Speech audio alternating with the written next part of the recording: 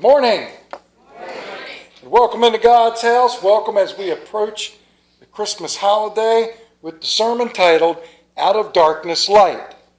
And our scripture lesson today comes from Genesis chapter 1, the first 5 verses. I'll give you a minute while you look those up. I know they're hard to find. It seems that the school was having a Christmas play.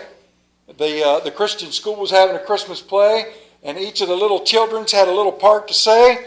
And finally, when the one boy came forward, his job was to say, as Jesus said, I am the light of the world. And he got nervous. And he came forward and he stood there and he couldn't say what he was supposed to say. And he kept looking around and he looked down and he saw his mother in the front row helping him, saying, I am the light of the world. Say, I am the light of the world. And the little boy leaned back and his face lit up and he said, my mother is the light of the world.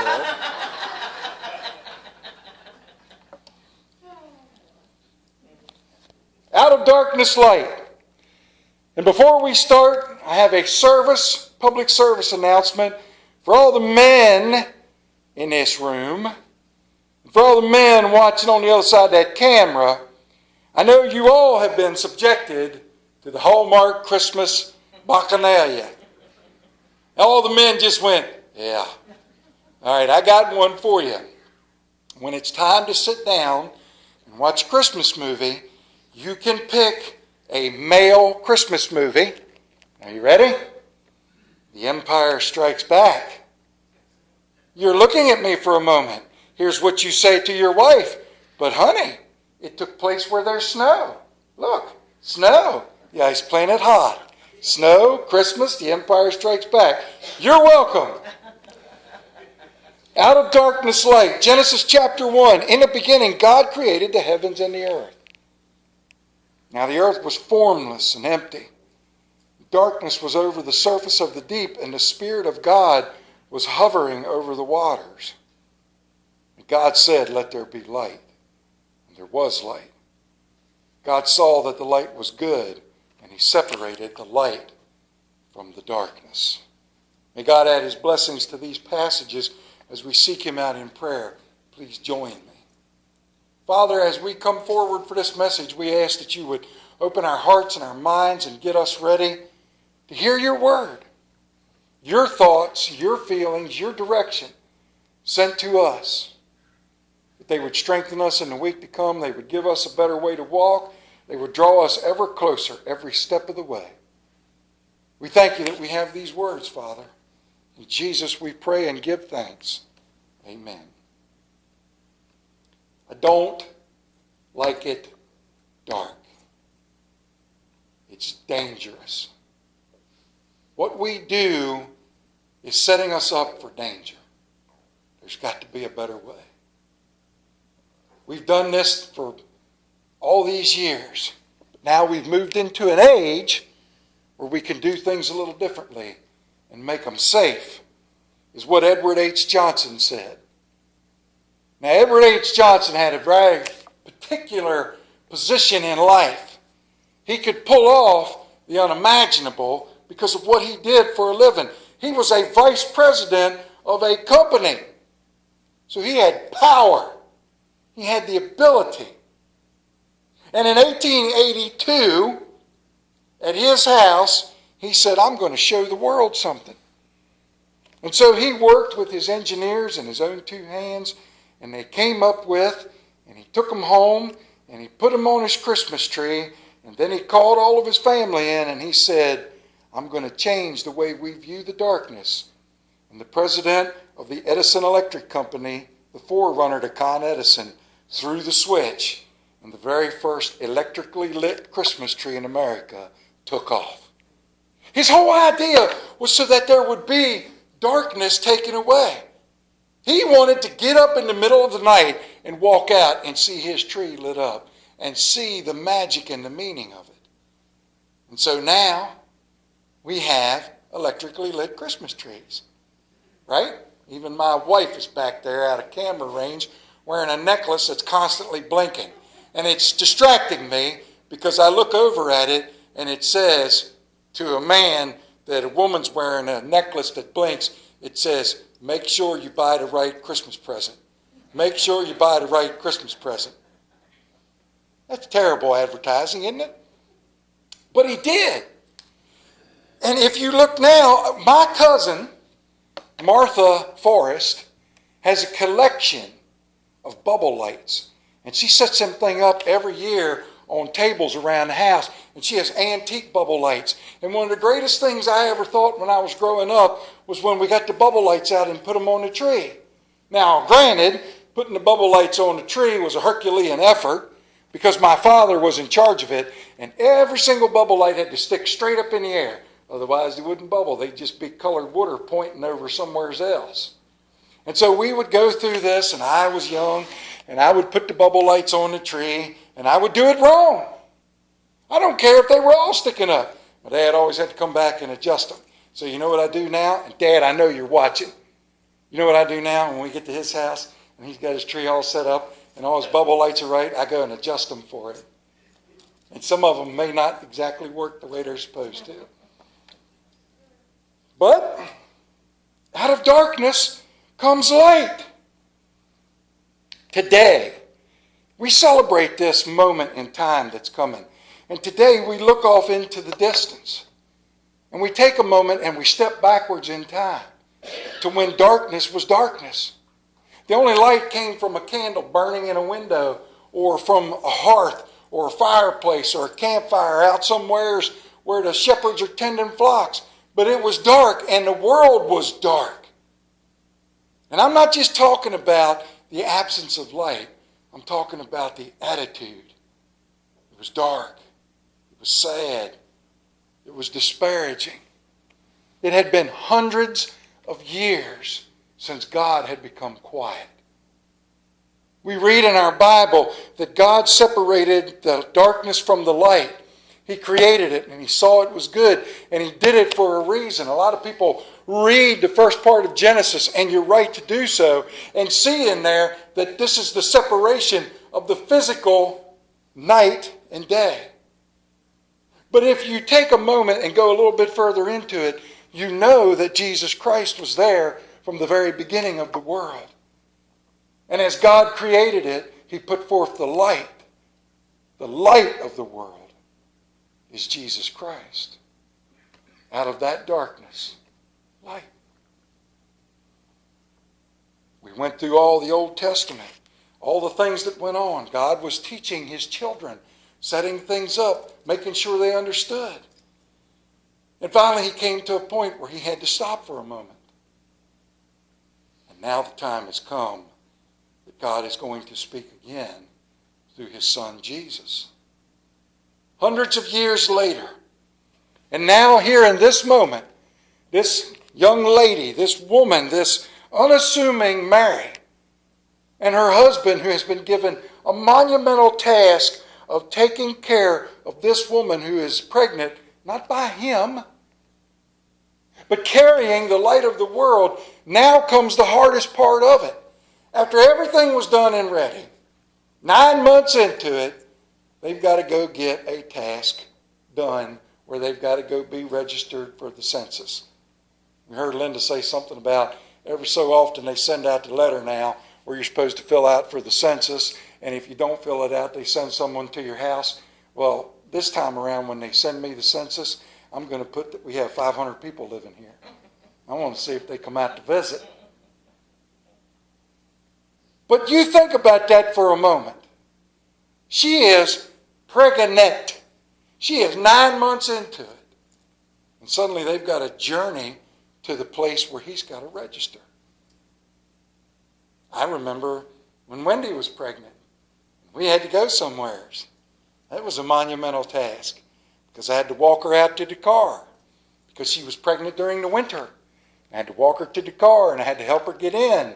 And I had to shut the door, and every pothole in the road I had to miss. I'm surprised I didn't get pulled over time and again for driving drunk. I missed that one, and this one, and that one, and this one. Because I didn't want anything to happen to her. Not because I was terribly worried about it, but because I didn't want to hear this for the whole trip. Could you hit one more pothole?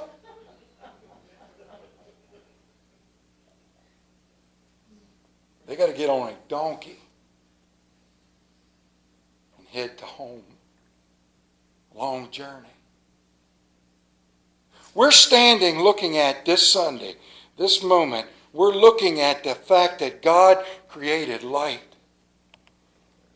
There's an old saying that says some people change their ways when they see the light and others only when they feel the heat.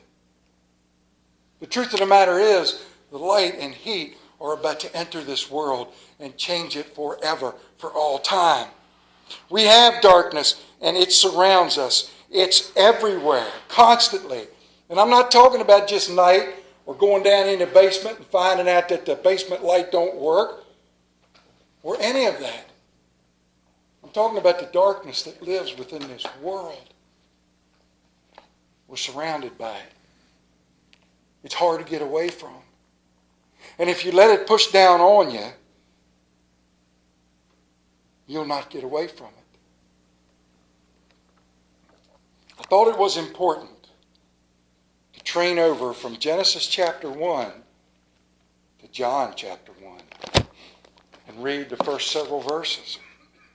In the beginning was the Word, and the Word was with, underline that, with God, and the Word was God.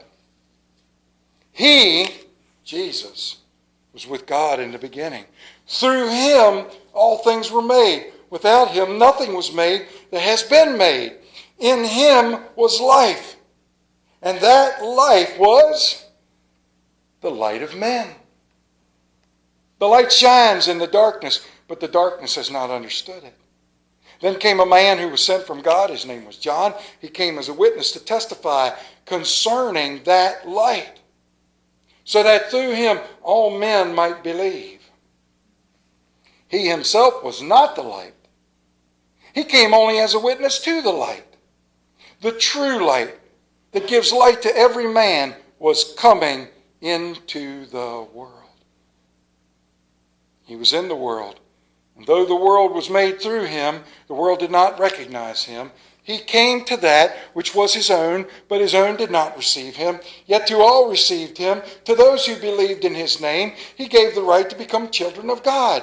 Children born not of natural descent, nor of human decision, or of husband's will, but born of God. The Word became flesh and made his dwelling among us. We have seen his glory, the glory of the one and only who came from the Father, full of grace and truth. The light.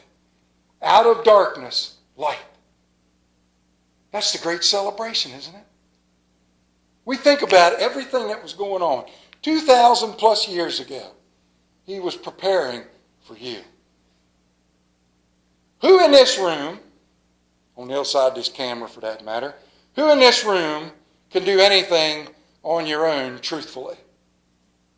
I didn't see any hand go up or nobody nod. And I'm not talking about, yes, I can cut up an onion on my own, or I can dig a hole in the ground. I'm talking about live on your own and survive the darkness. You cannot. Not without the grace of Jesus Christ. That which is born that will lead you out of darkness, to give you that light, that hope, that strengthening, to build your faith. And they didn't know it. They was just simply getting on the donkey to start the journey.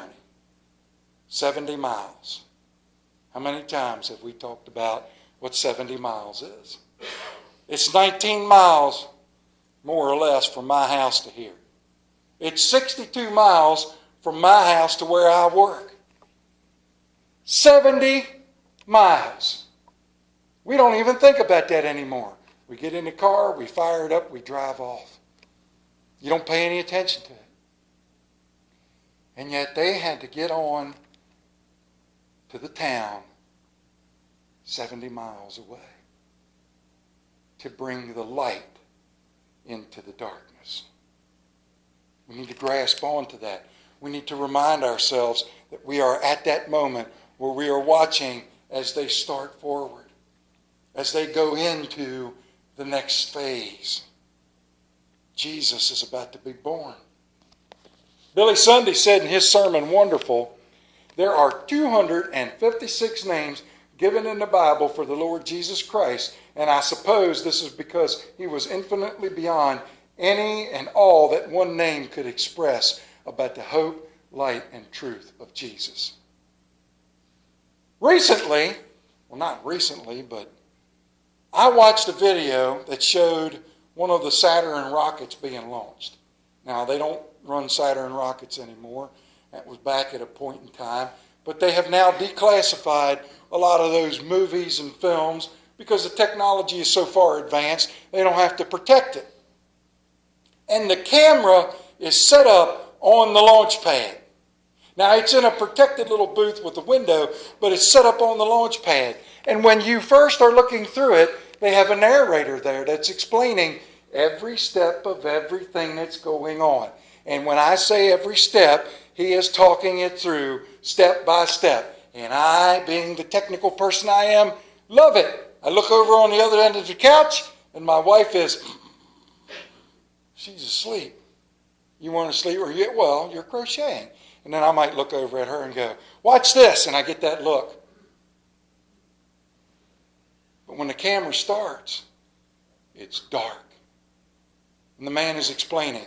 Now the oxygen is being mixed into the kerosene starting engine on the top of the rocket. The astronauts have been strapped in. They're looking at all the signals and watching the mixing rate go on. They are looking for the proper pressures to take place. And it's still dark. And then suddenly the man on the camera, or the man narrating the thing goes, and now the system has been gone go. The tower is checking with the spacecraft or the entry vehicle, they call it at that moment. And everything has checked out. Now we see that the igniter will go off. In a few moments we will see as the fuel is allowed to leave under pressure, and suddenly there's a spark. And it is tiny. It blinks like you would strike one of these things, It's just a little spark. And then the 4 engines of the Saturn V rocket ignite. Sparks fly in every direction. Suddenly that mixture of kerosene and propulsion fuel and oxygen come together, and out of those back ends of those funnels, the rocket can't leave yet. It's locked in 3 planes, is fire and light, and everything's coming up. And then without a moment's notice, the 3 locks come open. The systems have all checked themselves off, and you watch as that thing leaves, and it's light, and it's brilliant, and it goes up. And what's left behind, it has burnt the cover off the window where the camera is, and what you see left behind after the rocket has long cleared is the beautiful look out across the countryside of light. It is so fascinating to me. I have now watched it a dozen times. Out of the darkness of pure despair and utter destruction, we get Jesus Christ, the light of the world. Joseph Bailey wrote this poem. He said, praise God for Christmas. Praise Him for the incarnation, for the Word made flesh. I will not sing of shepherds watching flocks on frosty nights, or angel choristers. I will not sing of a stable bearing Bethlehem, or lowing oxen. Wise men trailing star with gold, frankincense, and myrrh. Tonight, I will praise the Father who stood on heaven's threshold and said farewell to His Son as He stepped across the stars to Bethlehem and Jerusalem.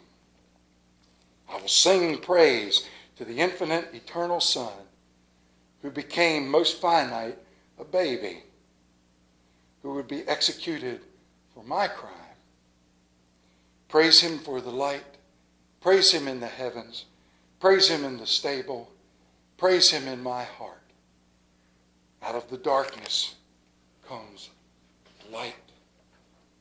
Long ago, there was a ruler in Persia who was thought to be a wise and good king. He loved his people and he wanted to see how they lived. He wanted to know their hardships. He wanted to see how they were. And often he dressed in the clothes of a working man or a beggar and went to homes of the poor. No one whom he visited throughout knew he was their ruler. And one time he visited a very poor man who lived in the darkness of a meager cellar. He ate the coarse food the man ate, spoke cheerful, kind words to him, then he left. Later he visited the poor man again and disclosed his identity by saying, "I am your king."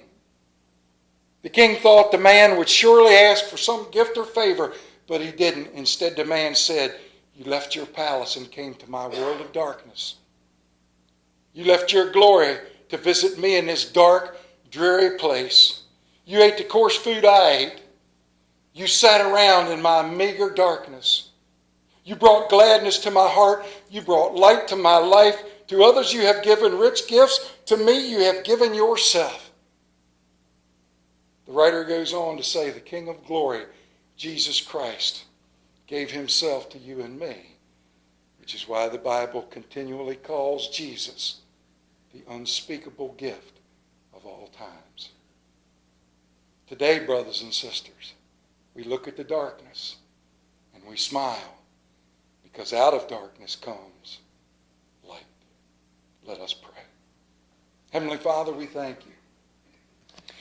We ask that you would continually remind us of what this season truly is. The beauty, the glory of it, the fellowship, the time to spend together. But remind us that our Savior, Jesus Christ, stepped out of heaven and down here. Lived with us, ate with us, got sick with us, dirty with us, walked in the darkness, and brought us the light, that we could be saved forevermore. Always. We thank you, Father, in all these things, in the name of Jesus. Amen. As we sing this last hymn, what is the last hymn? Away in a Manger. Now that's pretty nifty. As we sing 262, Away in a Manger, I invite you that if you need it, the bench up here is open. If you are seeking Jesus Christ and you don't know him, let us help you find him. And may God watch over and keep each and every one of you. And remember that today we look at the fact that out of darkness, light. Please stand and turn to page 262.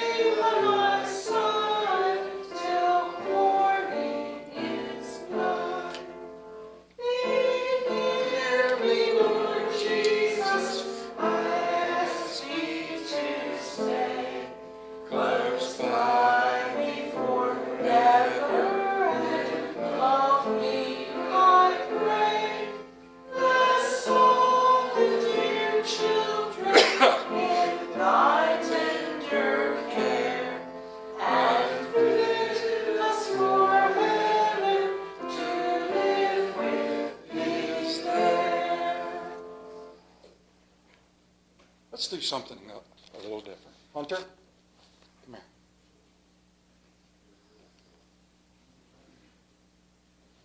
Just walk over top of them. Come up here.